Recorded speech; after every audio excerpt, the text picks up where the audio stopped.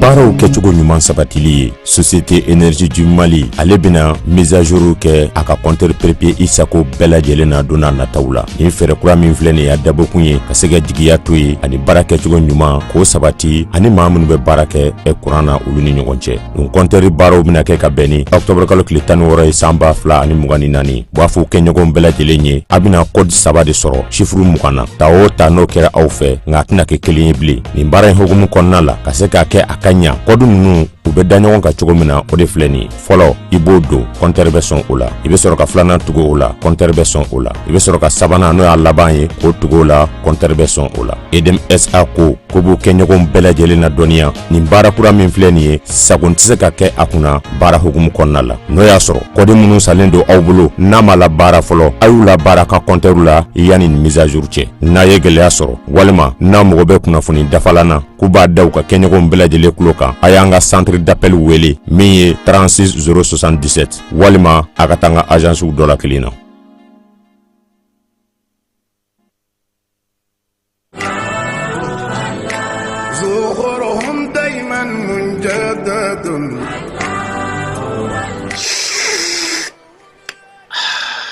Ambade teduma kanubaw ample domine ko bibina bela jile sigle kundo ka temi nani kono anga jamana kono ashurula ni watina no e tever rasul atoko kadi chogo mina ate fanan kadi katemoga tever rasul ka tashin furo kono fika barada kono ana jabe nywana tever rasul nkewo ke ka tewuli fonga benefunji kala o bana ta butiki la doro ikafo ko tever rasul benefunji lama walima tever rasul nyamakulama walima ajazmina no mandiye simple o fana be yino tever rasul ibe jafengo fe nyini tela a bela jile be ka nyan zora kono nana anga na nyan nege ni ko te duma bibina iba fo ko tever rasul abe froko chenyingono ninga seba samvala la ko rasul a froko sanfe chebe nyame sanfe tamaro shun jugoro wa imago ba nasugo fe na o jabe o froko ga ni mago be a benefunji la maka benefunji jabo ka ni mago be a nyama kula maka nyama ku jabo ka foka tabla jasmine na ana simple tever rasul a jezene do jamana infantan nani bela jilela ni watina grossisi fɛn fɛn bɛ suguba la ni sera o ma n'anga quartier kɔnɔ ani sugu wɛrɛw la i bɛ tever rasul sɔrɔ ni mago b'a camion va sandala i bɛ wuli ka se ngolonna i ko makɔrɔ carré kɔnɔna na walima i bɛ nɛgɛjuru bamba 76 44 30 29 79 60 31 60 a mbalimake i bɛ ka fɛn o fɛn fɔ tever rasul la ni nin bɛɛ b'a la ayi ne tɛ ɲininkali kɛ tuguni ne bɛ wuli ka taa san tever rasul ka sanu wa a ka di 100% naturel o kumana an bɛɛ k'a min.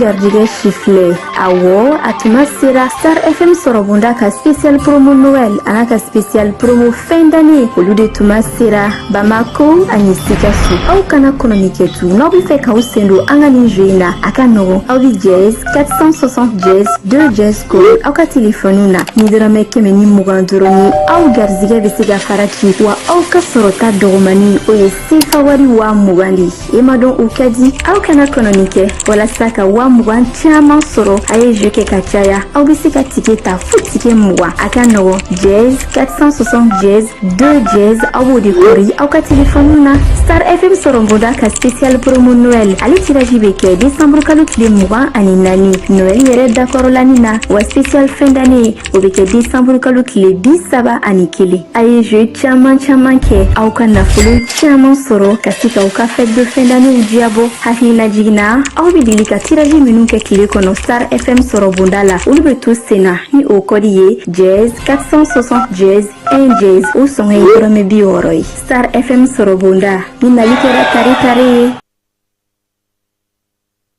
لبيك اللهم لبيك. Agence Dunia Travers Service ako abibu nyamasegi foli kɛ ka ɲɛsin a ka sango hiji denw ma aw minnu ye danaya ta ka da kan aw ka hiji labɛn ni a kɛcogo ɲuman na. N'an taara hɛrɛ la ka segin hɛrɛ la dumuniw ka ɲi bɛrɛbɛrɛli ka ɲi n'an mago bɛ diɲɛ fɛn fɛn na u b'a bɛɛ lajɛlen k'an ye donc an b'u fo k'u barikada. Directeur min tun b'a nɔfɛ n'o ye Amadu Mayiga ye a jɔra a jɔyɔrɔ la ɲɛmɔgɔya ko fɛn fɛn a jɔra a jɔyɔrɔ la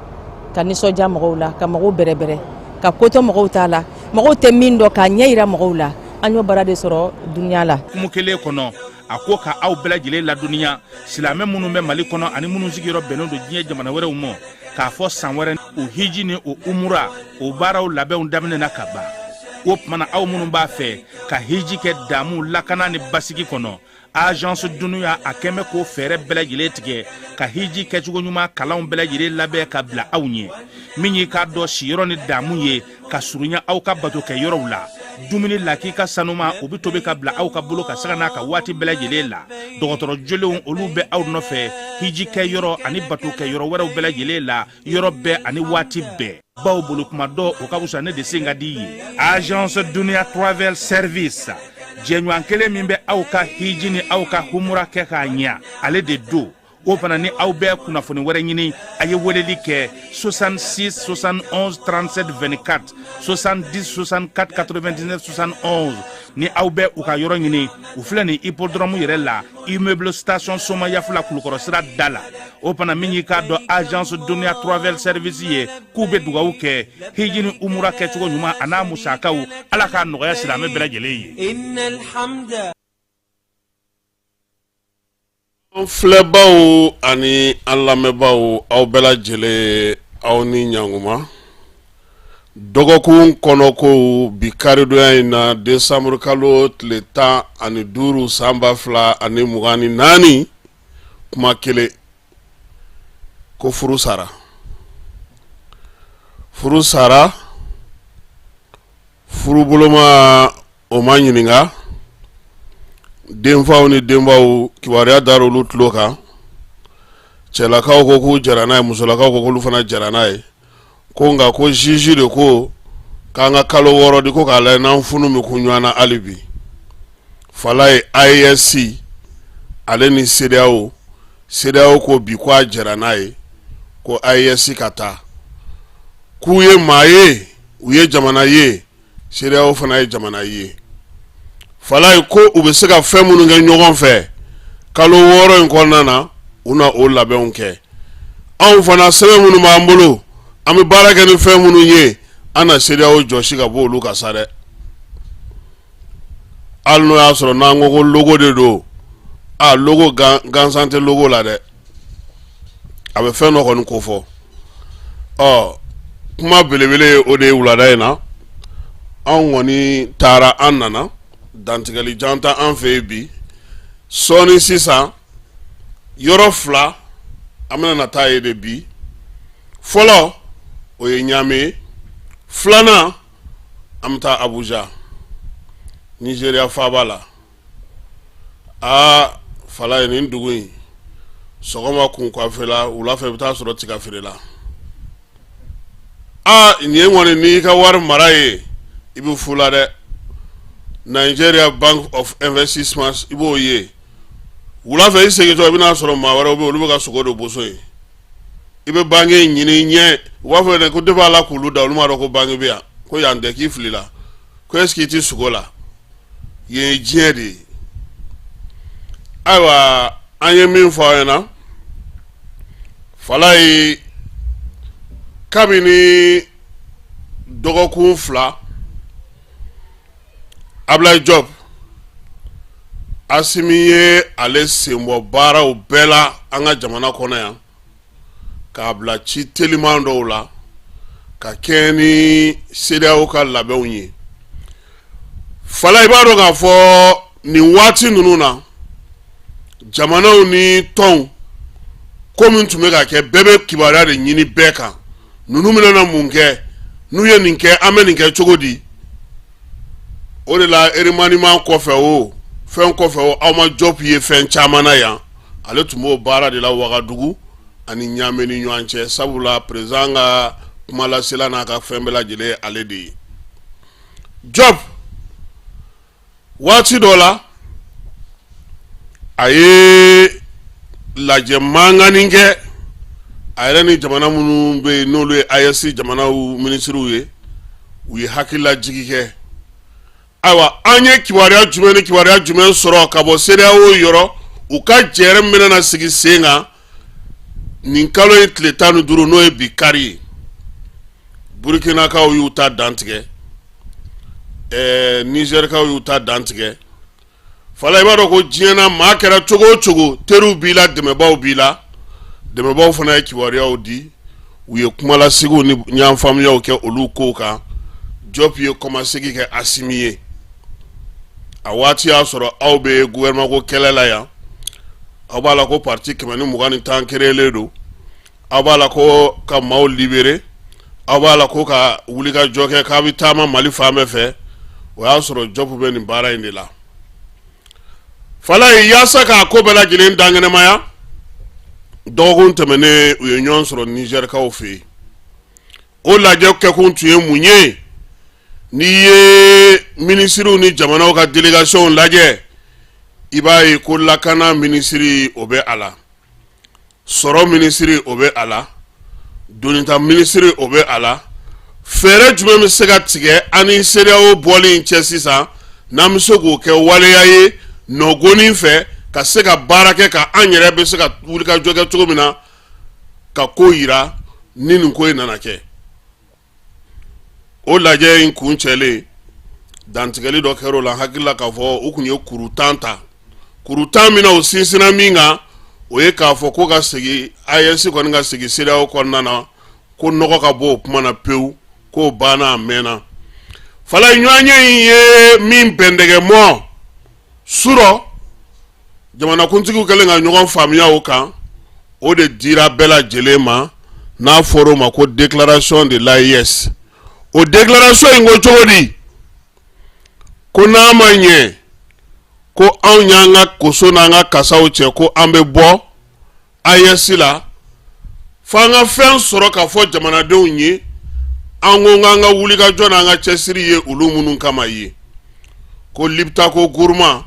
o sariya min sigira ni o tɛgɛnɔbilara k'o yɛlɛma k'o kɛ Confédération des États de l'AES ye juillet kalo tile 6 Nigerkaw fɛ yen Sati Liptako Gourma n'o ye sɛbɛn fɔlɔ ye n'an bɛ se k'a fɔ yɛrɛ AES denwuli sɛbɛn in fɔlɔ y'o ye n'o tɛgɛnɔbilara Bamako yan septembre kalo tile 16 san 2023 ka da ka fana k'a fɔ ko kɛlɛba minnu kɛra an ka farafin jamanaw fɛ ka taa yɛlɛma hɔrɔnya sira fɛ hɔrɔnya ni danbe wulikajɔ ni cɛsiri ka kɛ ni farafina kelenya tɔnba ale ka laɲini diɲɛ seleke 4 o sigilen no banko min kan o kalekan ye min ye ka taa fara miirina ba min bɛ yen balimaya ni sindiya ni teriya la farafina jamanaw ni ɲɔgɔn cɛ AES jamanaw ko olu ye nin kumakan in fɔ ko ka kɛ ni o ye u bɛna na o wulikajɔ min kɛ. AES jamanakuntigiw n'olu ɲɛmaya bɛ Assimi bolo u ko maa o maa ne ye CEDEAO maa ye i dan ka na AES kɔnɔ papier tɛ ɲininkali k'i la n'i ka jamana wolosɛbɛn passeport b'i bolo i nana i b'i ka baara kɛ. Filanan ye mun ye ko AES dayɛlɛlen no CEDEAO jamanaw ye ani farafinadenw ye minnu bɛ bi n'olu bɛna na baara kɛ cɛncɛnfuga jamanaw kɔnɔna na n'o ye AES ye fala ye ko ka kɛɲɛ ni sariya minnu bɛ a jamanaw kɔnɔ. O kɔrɔ ne nana sisan Niger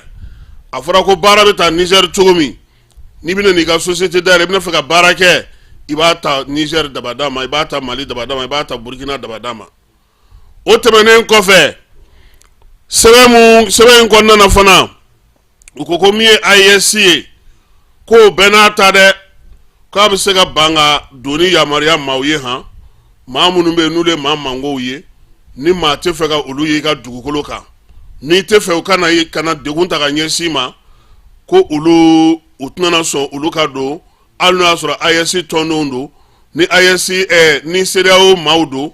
u tɛna jɛ ni olu ye u ka don yan k'a sɔrɔ u ma lakɔlɔsi mɔbili minnu bɛ yen n'o ye donita mɔbiliw ye fala ye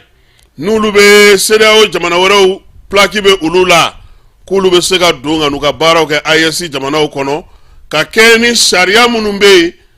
u n'olu jamanaw ni ɲɔgɔn cɛ kɔrɔlen ani jamana ninnu yɛrɛ ka sariyaw bɛ min fɔ a ko la mɔbili minnu bɛ yen n'olu fana bɛ yen n'olu bɛ jago kɛ i n'a fɔ sisan transporteur ninnu minnu bɛ taa pétrole ni fɛnw ta Ghana mɔbiliw ni Nigeria mɔbiliw ni Senegal mɔbiliw ni fɛn minnu bɛ na an fɛ yan ko u bɛna na gosi bere min na o ye sariya minnu bɛ an ka jamanaw kɔnɔ yan AES jamanaw kɔnɔ yan o bere o sariyaw o de bɛna na ta ka boli u kan fala y'u ka laɲini ko o bɛɛ n'a ta ko ni CEDEAO a ye lajɛ kɛ a ye bɛnkan kɛ k'a yira k'a fɔ ko a bɛ waleya ta ka ɲɛsin jamana ninnu ma min ni nin si tɛ taa fankelen fɛ ayiwa ko n'i ye nin kɛ n na n b'o ɲɔgɔnna k'i la n'a b'a fɔ o ma nanzarakan na ko réciprocité k'u n'o ta ka ɲɛsin o jamana dama sinaw ma ka kɛ ni nin ko in ye sɛbɛn ale fa sirila kunu général d'armée Assimi Goïta fɛ Mali furancɛla fanga ɲɛmaa don AES o confédération jamana ɲɛmaa fana don fala ye ni kuma min fɔra maa caman ka jateminɛ na nin kun kan ka fɔ ka kɔn ka kɛ yanni kow ka surunya ɲɔgɔn na tancogo la nka an ye min mɛn jamana ninnu bɛ ɲɔgɔn kalama fala ye u bɛ kuma ɲɔgɔn fɛ u bɛ ɲɔgɔn sɔrɔ lajɛw la u bɛ ɲɔgɔn ka kibaruyaw sɔrɔ ko bi y'a f'i ɲɛna cogo min sɛgɛsɛgɛliw ni ɲininiw u fana b'o kɛ ɲɔgɔn kan ka se k'a dɔn mun ŋaniya bɛ ninnu kɔnɔ u b'a fɛ ka mun kɛ o de kama AES jamanaw ma girin sabula olu ko min ka gɛlɛn u ma u ka jamanadenw bɛ hɛrɛ sɔrɔ mun na CEDEAO jamanadenw yɛrɛ fana bɛ lafiya fɛn min na AES ko olu tɛna kɛ kuru ye k'a fɔ k'olu de bɛ wuli k'u disi gosi k'a yira k'a fɔ nin fo nin ka kɛ diyagoya la n'aw bɛna don an fɛ an ka nin kɛ tan ko ayi o de la olu ma girin olu ma pressé u b'a dɔn u bɛ baara min na u b'a dɔn u bɛ ka taa sira min fɛ fala ye bi Abujakaw fɛ yen ɲɔgɔn ye dayɛlɛla a dayɛlɛli kɛnɛ kan aw ka dɔnkɛla in tɔgɔ ye di président dɔnkɛlaba in Tinubu ale de kuma kelen ale de dayɛlɛli kuma fɔ fala ye a ka kuma kɔnɔna na ko bɛɛ lajɛlen k'i miiri k'a dɔn k'a fɔ jamana saba minnu filɛ nin ye u bɔli bɛ mun tiɲɛ an ye a bɛ mun ɲɛ an ye ko maaw kana na taa u ta ani karisa ninnu ni min b'an ni ninnu cɛ nin b'an ni ninnu cɛ k'u k'o bɛɛ ye k'o to yen u k'a lajɛ tilennenya la mun bɛ se ka kɛ mun bɛ se ka ɲɛ mun tɛ se ka kɛ bɛɛ k'i hakilina di ale ka kuma dayɛlɛ kuma sinsinna o kan o kɛlen u taalen ji min na ka na u ko k'anw kunnafoni dilaw ma k'anw ka taa kɛnɛ ma a b'a fɔ min ma ko huis clos a kuma kibimajima yɔrɔ fala y'an ye min mɛn o la ko kuma kɔnɔna na jamana groupe fila de tun bɛ yen groupe fɔlɔ ko AES ko k'a tɛ CEDEAO la bi a t'a la sini u bɛ segin a kan don o don u ka communiqué o communiqué u b'a bɔgɔrɔ dɔn an fana k'a to u ka taa koyi n'an k'an b'an ja ɲɔgɔn bolo jamanaw tun bɛ CEDEAO la olu taara an ma mankan kɛ koyi a dɔw tilara ka segin ka na tuguni a maloya m'u minɛ donc ni nin kɛra ka bɛn anw ka waati ye olu jamanakuluw ko ko u k'u bila ka taa dɔw ko ko n'a y'a kɛ ten anw ka sɔrɔ bɛ ninnu bolo koyi an ka sɔrɔ b'u bolo dɛ k'aw m'a ye hali nansarala bi panguru tigiw bɛ ka wuli ka jɔ kɛ ko u kana nin jamana ninnu kɔnɔ k'u m'an ka jamanaw tɔgɔ fɔ dɛ ko wa fana k'u bɛ ka baara minnu kɛ terroriste ko ta na sira fɛ bamancɛ wale ɲɔgɔn wale kɛlɛli ta nafan fɛ u bɛ ka fɛn min kɛ k'a juru bɛ an jamanaw bɛɛ la fana k'an ka n'an ta an dusu fɛ an ka san kelen d'u ma tuguni an yɛrɛ ka yamaruya kɔnɔna na an ka o lajɛ o bɛ se ka ɲɛ cogo min fala ye ko Benin ni Senegal ko a daman d'olu la dɛ non seulement sigiɲɔgɔnya b'u ni ɲɔgɔn cɛ o ye kelen baara ɲɔgɔnya bɛ u ni ɲɔgɔn cɛ depuis AES ko daminɛna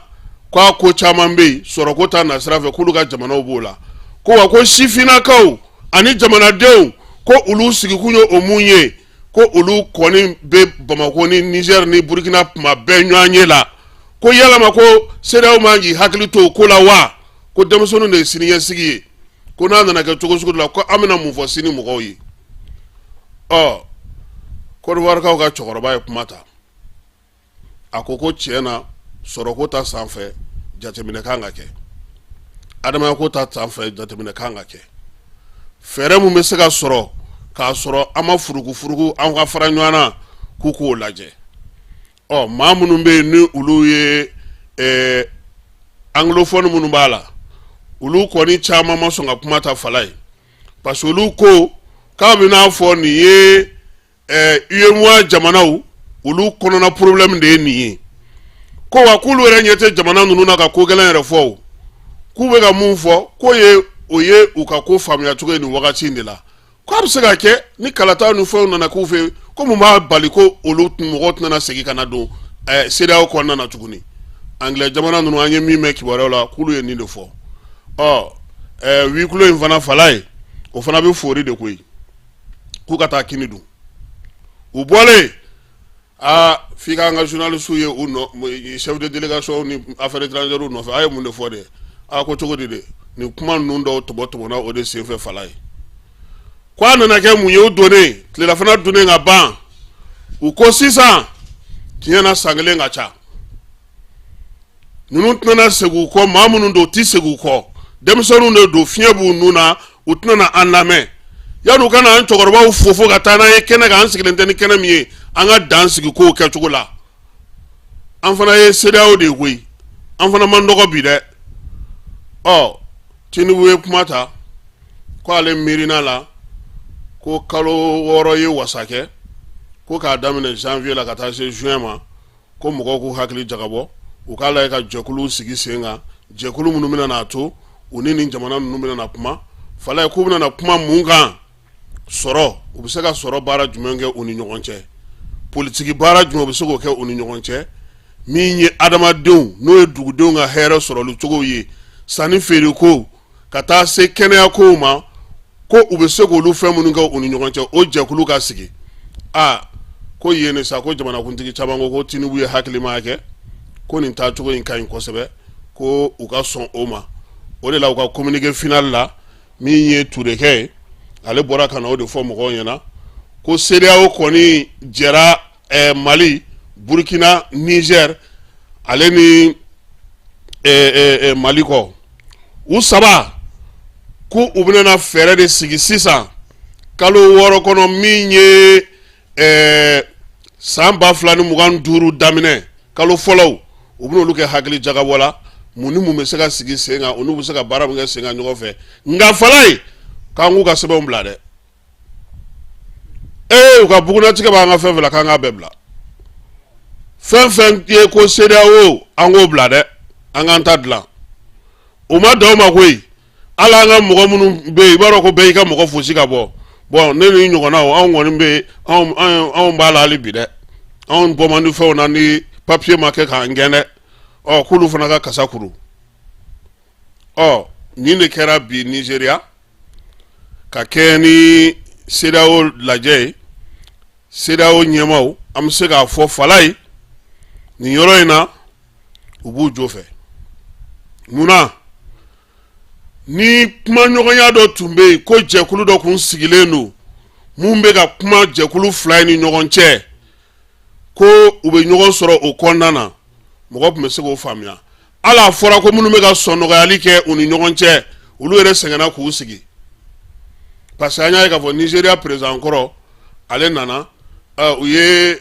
an dɔgɔnin in tɔgɔ ye di Bassirou ça fout le président de n dɔgɔnin tɛ monsieur le président du Sénégal n dɔgɔninya ti jate nin yɔrɔ in na yan dɛ président do n tɛ hali aso fana y'an dɔgɔnin nka dɔgɔninya ti jate ale de ye président ye président de bɛ na fɔlɔ dɔgɔninya bɛ to kɛrɛfɛ fɔlɔ Falaye Diomaye Faye a y'a da tulu la k'a da jaba la Assimi k'a ma k'a tɛ tiɲɛ dɔn a ka taa marifa san a k'a ka dugu lakana bani k'a ka dugu lakana bani n'a ka dugu lakana k'a bɛna fɛn caman faamu don nataw kɔnɔna na k'an bɛɛ bɛ degun kelen de kɔnɔna na n'a ma se mɔgɔ min ma don min na i k'i t'a dɔn quoi donc CEDEAO u ka décision u jɛra n'a ye AES jamanaw ka bɔ kalo 6 sisan sa u bɛna commission sigi an de b'an jija sisan Falaye parce que fɛn minnu bɛ yen ni mɔgɔw b'olu fɔ n'o ka di mɔgɔw ye n'o mɔgɔ bɛ fɛ k'o ka kɛ ten a bɛɛ tɛ se ka kɛ ten dɛ ni Côte d'Ivoire ko sisan ko ale ni Mali k'a bolo di ɲɔgɔn ma u ka baara kɛ parce que min b'a ni ɲɔgɔn cɛ Alassane ko tɛ Assimi ko tɛ jamana fila cɛ ko de don ne hakili la n'o olu ɲɔgɔnnaw yera la déjà an ka AES b'an bolo an ni diɲɛ jamanaw bɛ baara kɛ mun ma an n'an sigiɲɔgɔn bali ka baara kɛ an k'an jija nin jɛkulu in kɔnɔ parce que AES ɲɛmɔgɔ bɛ Mali de bolo Falaye an ka nin baara in kɛ fo mɔgɔw yɛrɛ k'a fɔ ko jɔn ko ala AES y'a seko kɛ parce que hali dusuko kuma dɔw fɔra an yɛrɛ ma sɔn k'an da don olu la kibaruya dɔw dira an ma président dɔw ye kuma dɔw fɔ mais olu bɛɛ ye kuma tiɲɛ kumaw ye a bɛ ɲɛ cogo min sisan an ka t'o sira fɛ AES bɛ yen CEDEAO bɛ yen jɛkulu bɛ baara kɛ diɲɛ fan 14 bɛɛ lajɛlen fɛ ɲɔgɔn fɛ mun b'a yira anw na ko don dɔ la CEDEAO mɔgɔw fana dɔwɛrɛ tɛna na bɔ ka na AES la ou bien AES yɛrɛ tɛ segin a nɔ na CEDEAO fana na mun b'o bali ka kɛ jamanaw ka nafa ko de don ani jamanaw ɲɛmɔgɔ ko de don anw ni jamana jumɛn ye guerre kɛ an fanfɛ bolo fɛ ani Burkina tɛ mais bi a bɛ cogo di an n'o Burkina tɛ de ɲɔgɔn bolo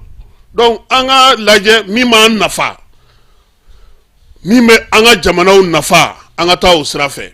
n'u y'a dɔn ka ban k'a fɔ ko an tɛ se k'an tigɛ ka bɔ nin na pewu fo an ka fɛɛrɛ sɔrɔ an n'u ka bɛn fɛn damadɔw kan an ka taa o sira fɛ an k'o labɛn an k'o maa falenw ɲini an k'o baaraw kɛ an ka jamanadenw ka nafa bɛ sɔrɔ min na nka Falaye ne bɛ fɛn kelen kɔni fɔ n'an bɛ baara kɛ an ka baara kɛ dɛ diɲɛ bɛ baara de bolo dɛ maa si kana maa nɛgɛ biro kɔnɔ sigi ni tɛ wuli ni tɛgɛrɛ fɔ ni ouverture ce matin clôture hier la a tɛ jamana si jɔ walayi a b'a wari dun n'a fɛnw kɛ mais a ye taa dugu kɔnɔ a ka taa jamanadenw layɛ bani Falaye fɛn dɔw bɛ yen n'i y'u ye i b'i yɛrɛ ɲininka n'o y'a sɔrɔ ministre minnu sigilen don u tɔgɔla Bamakɔ yan n'u bɛ ninnu dɔw ka situation kalama quoi cɛsiri baara tilennenya ni ladiriya ani ka faso nafolo ye k'a to yen o dɔrɔn de b'an bɔ nin ko in kɔnɔ kiiri tigɛcogo ɲuman jamanadenw ka bila u ka hakɛw kɔnɔna na Falaye surtout anw Mali bɛɛ ɲɛ jɔlen don anw de la i taara yɔrɔ dɔ ko les Maliens vous avez baissé la main an k'an jija koyi doniba bɛ tɔw kun mais olu ta ɲɔgɔnna 200 de b'anw kun wa jamana min bɛ ka ɲini ka ko ta ka s'a ma k'a la nimisa a ka waleya la nin san nama in na anw don dɛ nka n'an tora yan élection dɛ nin dɛ séminaire dɛ a ye nana aw ka contrat ye dɛ a y'a kɛ tan dɛ aw bɛna nommé n'an tora damandan na Bamakɔ yan Falaye a bɛ k'an ɲɛna yan tɔw bɛ baara de la an fana k'an ka sɔn baara de ma an ka tiɲɛ fɔ ɲɔgɔn ɲɛna an ka baara kɛ fɛn fɛn tɛ bɛn a tɛ bɛn mɔgɔ kana mɔgɔ nɛgɛ ka don a da fɛ an ni jamanaw de bɛ ka baara kɛ ɲɔgɔn fɛ danaya dalen don anw de kan an de wulila ninnu bɛɛ lajɛlen ɲɛ ka nin ko ninnu bɛɛ daminɛ an k'an jija a da kana to an na parce que fadenkɛnɛ sugu dɔ fana don han fadenkɛnɛ don dɛ a bɛna fɔ don dɔ la de tuma min na AES sigira Mali tun b'a ɲɛma a ko kɛra cogo di Mali bɔlen wo jamana min na o y'a kɛ cogo di an k'an jija an b'a kunna waati min an k'a kɛ ka ɲɛ an k'an ka fasodenw bila baara la nafolo minnu bɛna k'u kan ka don da min fɛ an k'o don daw fɛ an ka bɔ tubabukan ba fɔ ni baro ba ni ɲɔgɔn tɔgɔcɛ ni ɲɔgɔn mu la buruja fu la yan a bɛ mun ɲɛ don o don kuma a bɛ ka mun de ɲɛ i b'anw ka jamana ta k'a lajɛ sini yɛrɛ bɛna na n da don a la i b'i yɛrɛ ɲininka ni an Falaye Mali fan bɛɛ ye wari ni baara de ye walayi segu posu ibe muso ye banangu u bena nay u bita ka tollen to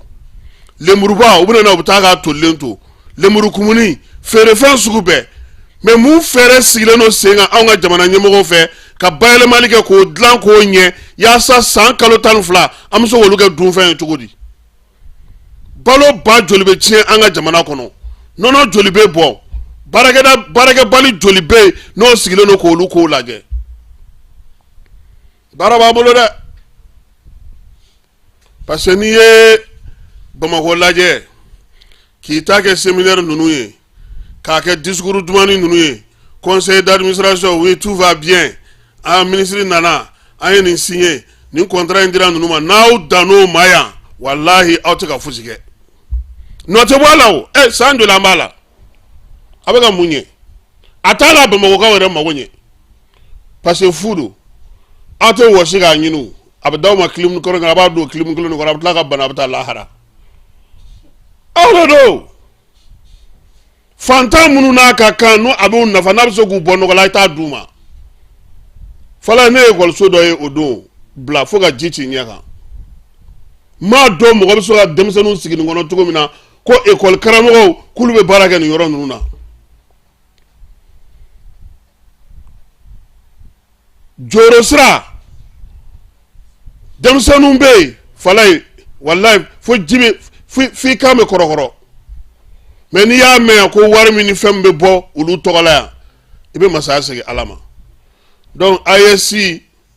n'a bɛ kɛ AES ye Mali de b'a nun kunna a ko kunna bi Mali k'a jija a ka kɛ misali ɲɛnama ye a k'a cɛsiri ɲɛmaaw mɔgɔw ye danaya da u kan mɔgɔw sɔnnen don aw bɛ se ka fɛn kɛ a y'aw jija aw ka dɔ fara o kan hali bi wulikajɔ ni cɛsiri de don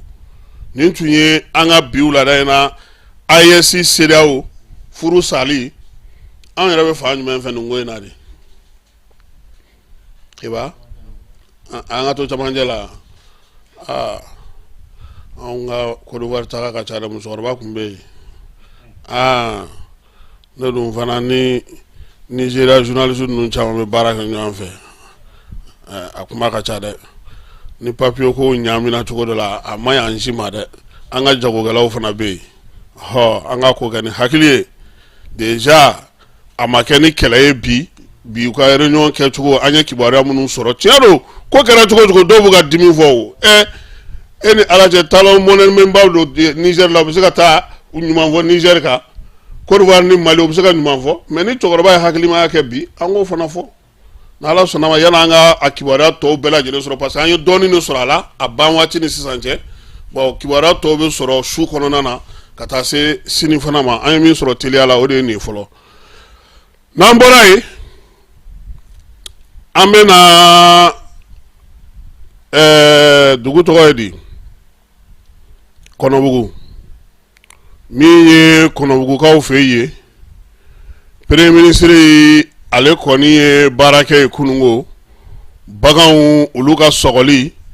min ye sɛw ye ka se ka fura d'olu fana ma san kɔnɔna na o baara kɛra Kɔnɔbugu Segu mara la ɲinan san in kɔnɔna na k'a yira k'a fɔ sa ko bagan 81,081 o de bɛna na 81,081 bagan 81,081 o de kɔni bɛna na olu de bolo kan ka ci min ye bagan sugu bɛɛ lajɛlen b'a la pankamana farala tɔw bɛɛ lajɛlen kan misi n'a tɔw u bɛɛ lajɛlen ni so ni faliw bɛɛ lajɛlen de bɛ a la fala ye ko o kɔni o baganw de kan ka kɛ bana min bɛ yen sa n'u b'a fɔ ma ko misiw ka bana o bɛ a la baganmisɛnninw n'o o ye sagaw ni baw ye olu fana ka banaw bɛ a la sɛ banaw olu fana bɛ a la a bana ninnu tɔgɔ ye nanzara tɔgɔ ye fala ye a tɔw fana tɔgɔ bɛnnen don tubabu dugu dɔw tɔgɔw fana ma ko ninnu kɔni ale ni wulu ka fa ale ni fariguwa ngɔnɔngɛnɛ min bɛ wuli bi na n'o b'an ka kɔnɔnakaw sɔrɔ olu bɛɛ lajɛlen ko olu b'a la Mali dun an fanfɛ bolo fɛ yan UEMOA kɔnɔna na anw kɛlen don birimisi jabali ye sabula bagan min b'anw fɛ yen a tɛ maa si bolo an dafɛ jamana in si la nin waati in na min ye UEMOA yɛrɛ kɔnɔna na ko UEMOA la an ye filanan ye nka min ye farafinna Afrique de l'Ouest la an bɛ belebelew la belebelew olu fana fɛ sabula fɛn min b'an bolo yan bi o ye bagan ɲuman ye bagan tulɔlenw ni bagan sanumanw san kalo 12 Mali de bɛ se ka bɔ ni bagan ye fo ka taa se san kuncɛ ma jɛgɛ mɔta fana na sira fɛ ministre Yuba Ba ko o fana ye koba ye voilà jɛgɛw bolo ti ci dɛ fura kɔni bɛ kɛ ji la ka d'u ma ye o n'u piripiri n'o ye Yuba Ba ko nin waliya min kɛlen filɛ nin ye kɔnɔbugukaw fɛ yen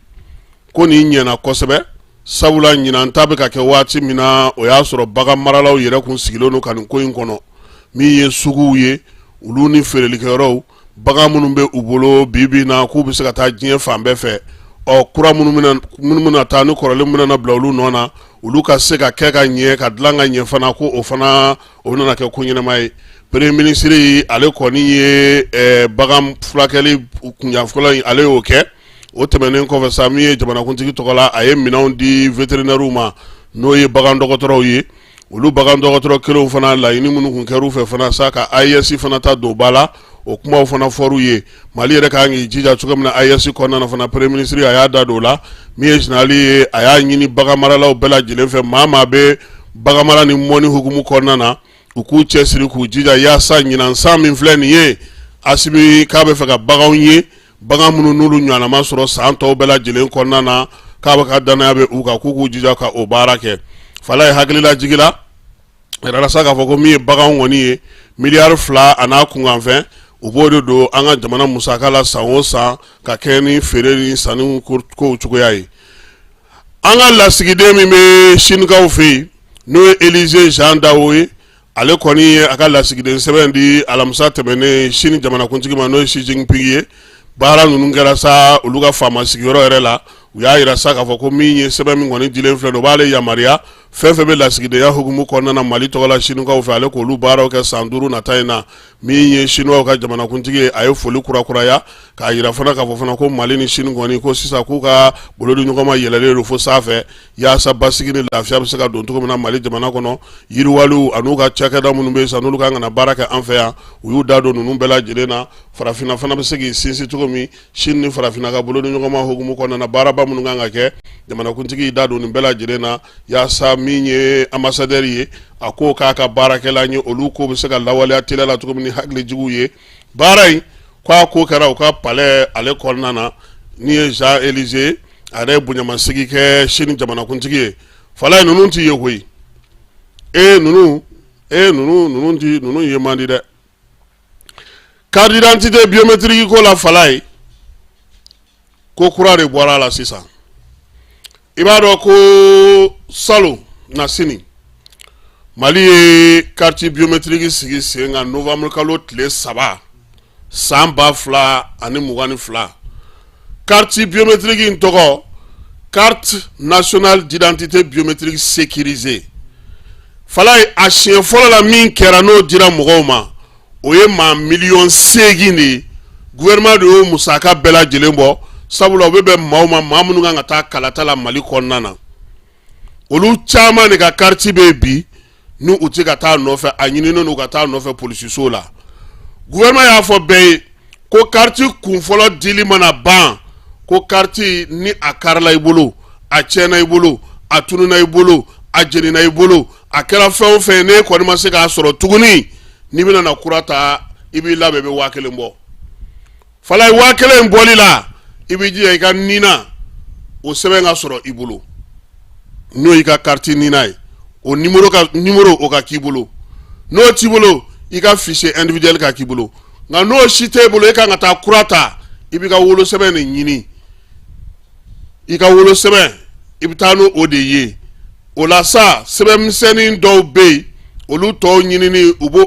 olu tɛ ko gɛlɛnw ye sabula o ye i fa i ba tɔgɔ ni i bɛ baara la walima n'i tɛ baara la i bɛ fɛ fana n'i ka du n'i ka sɛbɛn minnu ka don a la kibaruya ninnu u b'olu bɛɛ lajɛlen ta n'i siɲɛ fɔlɔ don nka sisan n'a t'e bolo fiyewu fala ye e bɛ fɛ ka carte d'identité biométrique sécurisée sɔrɔ i bɛ 1000 de ɲini n'i ye 1000 ɲini a tɛ minɛ bolo la dɛ Orange Money i bɛ se k'a ci n'o ye i bɛ se ka taa ci fana ni carte bancaire b'i bolo ou bien i bɛ se ka taa virement fana kɛ compte la o papier min n'i y'o kɛ min b'a yira k'a fɔ k'i y'a sara olu ye i bɛ na n'o de ye ani i ka sɛbɛnw u bɛ sɔrɔ ka kura dilan i ye k'a d'i ma fala ye e presselen don a fɔra e ɲɛna ko n'Ala sɔnna a ma ko juma nata k'e kan ka taga dugu la papier foyi t'e bolo i ka sɛbɛnw dafalen b'i bolo i b'a fɛ ka carte biométrique in sɔrɔ joona tile 2 kɔnɔna na 2000 ani 200 i b'o ɲini o 2000 ni 200 n'i y'o di k'i ka sɛbɛnw da o kan i ka carte biométrique bɛ bɔ ka d'i ma fala ye sisan polisisow gendarmew ka brigadiw caman de bilalen no sen kan ka se ka nin baara in bɛɛ lajɛlen kɛ an ka jamana kɔnɔna na o bɛɛ kɔfɛ musaka mun filɛ nin ni i bɛ t'o sara faso t'a don dɛ maliyɛn minnu bɛ yan n'olu bɛ Mali kɔnɔ yan olu ta ye 1000 ye minnu bɛ Mali kɔ kan olu ta ye 1000 ani 300 ye o tɛmɛnen kɔ ka bɔ yen sɛbɛn o sɛbɛn bɛ yen maa o maa bɛ yen k'e bɛ fɛ sisan i ka photo ka falen a ma k'i sago ye i ka so adresse ma k'i sago ye i ka baara ma k'i sago ye ou bien problème wɛrɛ bɛ yen min bɛ tali kɛ i yɛrɛ bugunnatigɛ la fala ye i bɛ taa n'o ye Balabugukaw fɛ yen centre in ale carte biométrique baarakɛyɔrɔ minnu bɛ yen n ye mun fɔ a y'a lamɛn ka ɲɛ dɛ a kana taa an ka kuma yɛlɛma o bɛ t'o falen nka fɛn fɛn ye siko ye i bɛ taa Korofinakaw de bɛ se ka siko ta ɲɛnabɔ n'o tɛ a tɔ n ka photo ma ɲɛ ne kun n bɛ fɛ a ka fɔ ko n ye école-den de ye sisan n bɔra école-den na n kɛra journaliste ye ou bien an ka so yɛlɛmana olu bɛɛ lajɛlen n'i bɛ fɛ k'o kɛ ni carte biométrique b'i bolo ka ban i bɛ taa Balabugu u b'o baara k'i ye e bɛ fɛ ka dɔ de bɔ i si la i tɔgɔ sɛbɛn tɔgɔ ma ɲɛ i fa tɔgɔ sɛbɛn ma tɔgɔ ɲɛ i bɛ taa Korofina c'était d'accord olu de bɛ se k'o kɛ olu de yamaruyalen don o la o fana mana tɛmɛ ka bɔ yen baara min daminɛlen filɛ nin ye n'a t'i bolo fiyewu yɛrɛ carte t'e bolo a bila i kunna ko fu banna la dɛ ɔ min b'i bolo fana min b'e bolo bi i b'a dati lajɛ san 5 o y'o fana bannen n'i bɛ taa kura ta sa i yɛrɛ bɛ wari de bɔ ka taa kura ta donc gouvernement tun bɛ nin baara in de la u ye nin bataki in labɛn k'a kow sɛgɛsɛgɛ k'a fɛsɛfɛsɛ k'a ɲɛfɔ pour que bɛɛ bɛ se k'a faamuya cogo min na ka se ka carte sɔrɔ fala ye nin ko in nafa min bɛ a la a tɛ se ka fɔ ka ban parce que a yera de k'a fɔ kumaw de cayalen don sisan maa fana caman ka carte bilalen don yen u tɛ ka t'u nɔfɛ fo que olu tigiw fana ka t'u ka carte nɔfɛ carte tɛ maa min bolo k'a daminɛ i san 5 ka taa se i san 15 ma san 15 de i yamaruyalen don i ka carte minɛ jagoya maliyɛn o maliyɛn sariya ko ten de carte ye san 15 de jagoya f'a ka k'i bolo parce que mun na e mana baki sɔrɔ yɔrɔ kɔni i ka papiyew dilantɔ kɔni f'a ka k'i bolo mais depuis den san 5 i bɛ se ka taga n'a ye centre in na u b'a papiyew n'a ka fɛnw bɛɛ ta k'a bila ye n'a ye san 15 sɔrɔ a ka papiye bɛ bɔ ka d'a ma u b'a fɔ ma ko rattachement e denw sisan e bɛ se ka taa ni denw ye sisan u b'olu don e ta la k'a fɔ ko wa fala ye denw de don u b'a ni e ka papiyew bɛɛ fɛn ɲɔgɔn fɛ k'i muso ni fɛnw bɛɛ k'a la k'a bila ye n'u ye san 15 sɔrɔ u bɛ taa 1000 sara nka n'u bɛ Mali kɔ kan 1000 ni 600 nka n'u fana u y'o sɔrɔ u harabatɔ taara fili kɔlɔn kɔnɔ u moto boli n'o ye jakarita boli ka taa bi pɔn kɔnɔ n'u bɛ fɛ ka kura dilan u bɛ taa o dilan o ye 1000 ye nka n'u ko u b'a fɛ k'a sɔrɔ suko ni dugusajɛ tɛ tile 2 o ye 2000 ani 200 ye fala ye carte biométrique kibaruya min tun b'an bolo a la o de ye nin ye kunun ko an y'a laseli kɛ k'an don Segu n ka yɔrɔ fara tewu n ko ne t'a dilan dɛ ne ye bilasiralikɛla de ye k'a ɲɛfɔ a ye a bɛ se k'a yɛrɛ bɔ cogo min na a ko la fala ni ɲuman ye min ye sisan bɛɛ lajɛlen de kan ka wuli ka jɔ kɛ k'i ka carte ɲini parce que mun na carte d'identité biométrique min filɛ nin ye dugutalaw an ye min mɛn o da jamana ta tɛ dɛ jɛkulu dɔ de bɛ diɲɛ kɔnɔ minnu fana bɛ pankurun kow ɲɛnabɔ olu de fana ko sisan ko nina tɛ voyager tuguni n'i kɔni bɛ don avion kɔnɔ nina kɔni tɛ yen tuguni biométrie de bɛ yen ou bien passeport parce que biométrie mɔgɔw tɛ min dɔn nina numéro de fana bɛ passeport in kan o de bɛ taga i ka données bɛɛ lajɛlen kan i ma ye sa hali téléphone tigiw bɛ k'a fɔ ko ka taa a don a la a bɛɛ y'ale kelen de ye donc mɔgɔw ka taga u ka papiyew ta yaasa a bɛ se ka fɛn cogo na don nataw la ni u ye kibaruya kura wɛrɛw di parce que ɲininkali min na kɛ ka ne sɛgɛn Segu siko in n'o dɛ k'i yɛrɛ ka fisɔn filɛ nin ye ko bɔn ni i t'a la i ka dɔ bɔ a la n ko o tɛ ne ka baara ye dɛ ne ta ye k'a lakali donc an bɛ wulada in na taa jɔ yan k'a fɔ bɛɛ ɲɛna dɔrɔn k'a fɔ maa minnu bɛ Gawo denmisɛnninw caman nin y'a san 2 ye Barikani datugura u bɛ maa 1000 bɔ fala ye halisa u bɛ yɔli la u ma baara sɔrɔ foyi tɛ ka f'u ye u t'a dɔn u b'u min kɛ dutigiw don u fana bɛ munumunu salo la foyi tɛ ka se ka fɔ u ye damakasi caman kɛ sini an n'an da don la minisiri Fɔnba ale fana taara denmisɛnnin sifinw waleya min sigira sen kan yaasa ka olu kisi drogue ni gulɔ n'a ɲɔgɔnnaw ma o baro sigi ale taar'o kɛnɛ kan ka ɲɛfɔli kɛ u ye u ka se k'u yɛrɛ kɔlɔsi cogo min na yaasa an ka sifinnakaw olu bɛ kisi segukaw fɛ yen aw yɛrɛ bɔra a kalama festival Sire Niger san 20 ɲɛnajɛw an y'an da don la sini sɔgɔma an na segin olu bɛɛ lajɛlen kan an bɛ bɛɛ lajɛlen fo ka bɛɛ lajɛlen waleɲuman dɔn nka fala koba dɔ kɛra dɛ Paris kɔnɔ dɔw taara gɔlɛ ci fo Faransi présidentso kɛrɛfɛ i tɛ k'a kuma mɛn maa si da minnu ye anw ye u tun b'a fɔ k'u taara mugu ci kuluba de la nka kunnafonidila minnu bɛ Faransi u y'a nin dilan a daminɛ u ko mugu cira palais la Macron yɛrɛ bɔra ka kuma kɔfɛ u y'a mamu k'a kɛra palais kɛrɛfɛ ko mɔgɔ 2 minɛna Mortier an kɔni bɛ dugawu kɛ a ko ala k'a nɔgɔya kibaruya laban m'an bolo sa o bɛ tali kɛ Algérie ni Faransi bi sɔgɔmada in an y'a ye k'a fɔ Algérie journal ba 2 u y'a jira k'a fɔ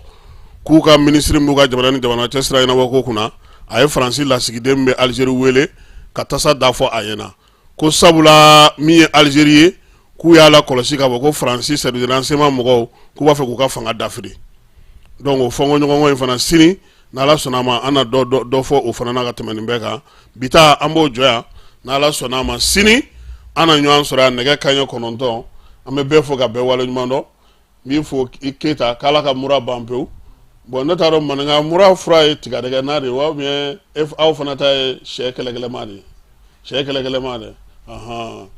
zamɛ de bi a t'o dun fɔlɔ yanni ka sɛ kɛlɛkɛlɛma sɔrɔ fila fɔlɔ fana bi an b'a fana fɔ Kewa Jalo ala ka sini yira an ala ka fajiri k'an garisɛgɛ ala k'an ka jamana kisi ala k'an ka jamana tanga si ni kɛnɛya ni labanko ɲuman ala k'a d'an ni aw bɛɛ lajɛlen ma a ka an bɛɛ sini an ka ɲɔgɔn dɛmɛ ka binŋɛnikɛlaw ni maafalaw ni walijugutigilamaw kɛlɛ a y'anw dɛmɛ an k'aw dɛmɛ ka binŋɛnikɛlaw ni maafalaw ni walijugutigilamaw kɛlɛ n'a ye kunnafoni sɔrɔ binŋɛnikɛlaw ni maafalaw ni walijugutigilamaw kan a ye nɛgɛjuru ci dɛmɛso la nɛgɛjuru sira fɛ wari tɛ sara min na 80 0 11 20 walima 80 0 11 22 walima 98 17 76 75 ngo 98 17 76 45